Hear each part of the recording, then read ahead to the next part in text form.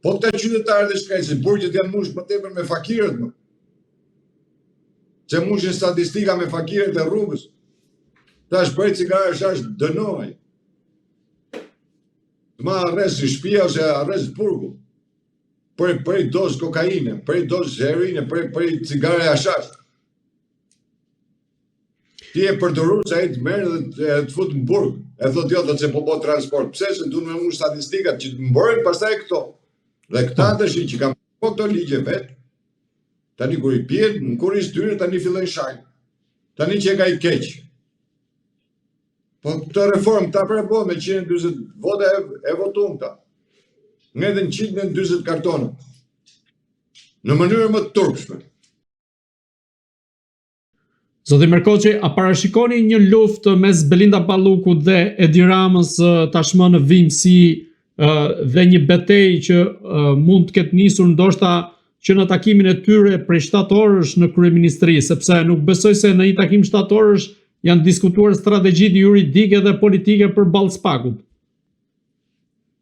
Belinda Balluku nuk ka si luftë me Ramën personale. Po e urrit dhe kësoj. Ndoshta nuk jam unë i qartë në atë që a them. Ose nuk e shpjegoj tamam, ose ju nuk e kuptoni. Ose s'doni ta kuptoni. Po ju them edhe herë, nuk ka asnjë hakmarrje Belinda Balluku me Edi Ramën personal. Këtu flitet mes klaneve. Lufta mes klaneve. 7 orë që kanë nejtë pikërisht për këtë lloj gjëje. Që Rama mos ta shkarkoj, të gjejë mënyra, forma dhe prandaj u thirr edhe Ulci Manja, si ministri i drejtësisë dhe si kryetari i komisionit ligjeve. Nuk u thirr kot në atë takim. Aty nuk ka pas debat mes Ramës dhe Belindës se ti ke bërë 7, ti ke vjedh 7, unë kam vjedh 4, ti ke vjedh 3, unë kam vjedh 2. Këtu, po ja u them edhe një Rama, në çdo kush, në çdo formë, në çdo moment, duhet qëndrojë kryeministri i këtij vendi për të zbatuar atë urdhër që në dasmën e Sorosit, kur është martuar Aleksi, që ajo si ishte dasmë, ishte mbledhja e Kabalit dhe Sorosit e gjitha, u caktua që ky do jetë përfaqësues i tyre në Ballkan dhe Europë.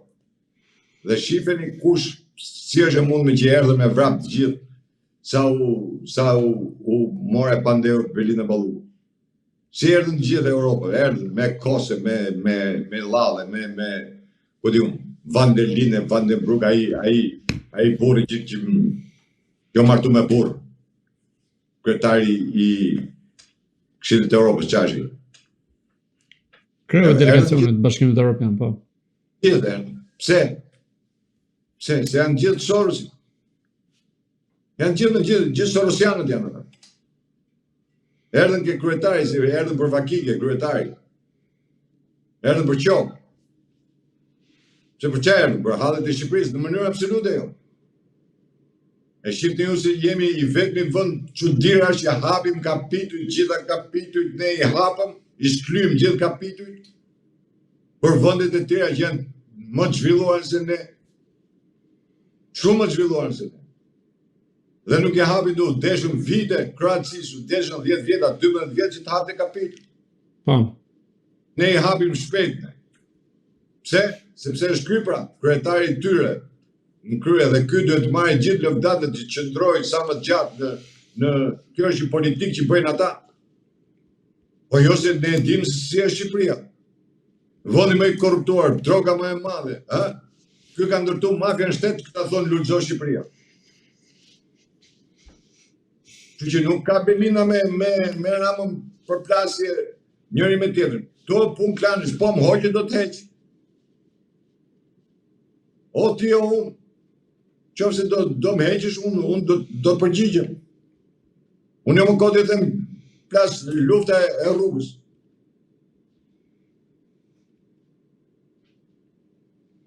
Rama prandaj nuk ka fuqi për ta heqë atë, pse çka kujtoni? Se do të tregoj pse se ti je se çka ka bëu aty. E ti shumë mirë. Belinda ndash flasin, ndash mos flasin. Edhe Erioni nuk foli. Por kur i dolën letrat përpara pastaj filloi edhe llapi Erioni.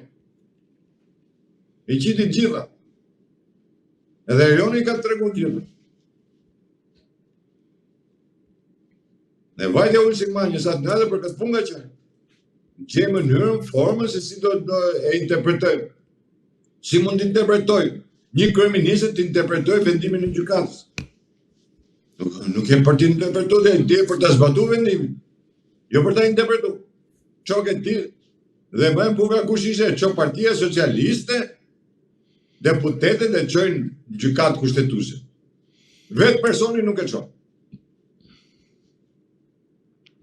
Zoti Merkoçi, po. Po veprimi si që po me Berishën. Qofse ju kujtohet.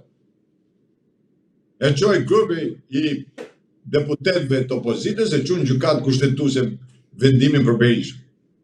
Vetë Berisha nuk e çoi. I njëjti skemë.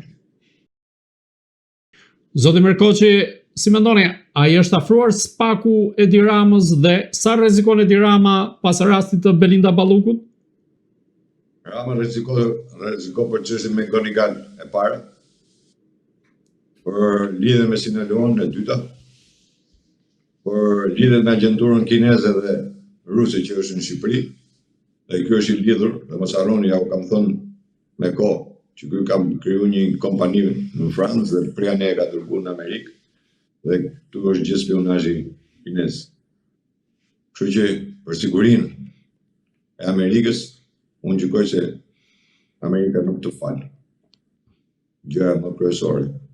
Duke qenë se Trump e ka shpallur organizatë kriminale, terroriste, Sorosin, dhe Shqipëria është qerdhja e Sorosit, kryetari i saj është Edi Rama, patjetër gjithë do ketë një fund shumë të shpejtë. Unë e kam deklaruar deri në fund të vitit. Çdo gjë duhet mbyllet. Sepse është bërë aty ku nuk mban më thotë. Ka ardhur, domethënë nuk di. Këti po i hikin gjithë, po i hikin e po bastisën ministrat. Sot ai s'ka ministra. I ka gjithë në spak, gjithë kontrolluar nga BKH-ja. Të gjithë janë të kontrolluar. Të gjithë janë ke dera spakut. Dhe si mund që ndrojë më ky kryeministër? Moralisht ky do ta kishte dhënë dorëheqjen me kohë. Po ky nuk e jep thash për arsye që më lart. Ky është me urdhër që duhet të ndrojë.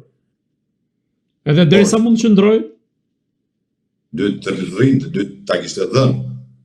Por atëherë do thirrët, kam dhënë atë, do thirrët në Amerikë, t'japi llogari për çështjen me Gonikale, kanë më thjesht akoma, do dalin ka ajo thjesht fare pastaj. Sepse për sa i përket çështjes me Gonigal dosja është e hapur në Amerikë, është trupetohet, pothuajse një herë 2-3 ditë atje dalin artikuj për çështjen me Gonigal, se flitet për siguri kombëtare të Amerikës. Dhe ajo që është kryesorja pastaj duke qenë lufta e hapur dhe Rama e di shumë mirë që politikisht është i djegur, i vdekur, është i mbaruar. Në Amerikë ai nuk puth dot. Me stafin e Trumpit për sa kohë tjetë Suzi në atë pozicion të harrojnë gjithë. Ky jo të firmosi me izraelitët e të shkojë të bëj pazare me ta. Sa tjetë Suzi aty të harroj, Rama se mund takoj edhe rojen ke dera ke Kapitoli, jo më të tjerë. Të vjen 2 herë zëvon sekretari i shtetit dhe nuk takon. Nuk takon kryeministrin. E kupton se ai rëndësh apo? Nuk takon presidentin. Sa e rëndësh? Këtu vite zëvon sekretari i shtetit dhe këta dilshin lajme me vrap. Sot vjen zëvon sekretari i shtetit, këta nuk flet asnjë. Dhe nuk takon as kryeministër, as president.